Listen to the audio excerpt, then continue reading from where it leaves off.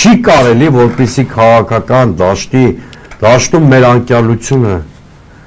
փորձենք վերացնել եկեղեցու վրա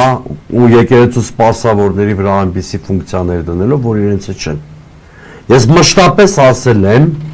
որ հայ առաքելական սուրբ եկեղեցի նրա սպասավորները քաղաքակրթական եւ սոցիալական առաքելություն ունեն,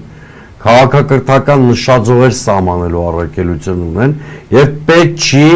որ մեր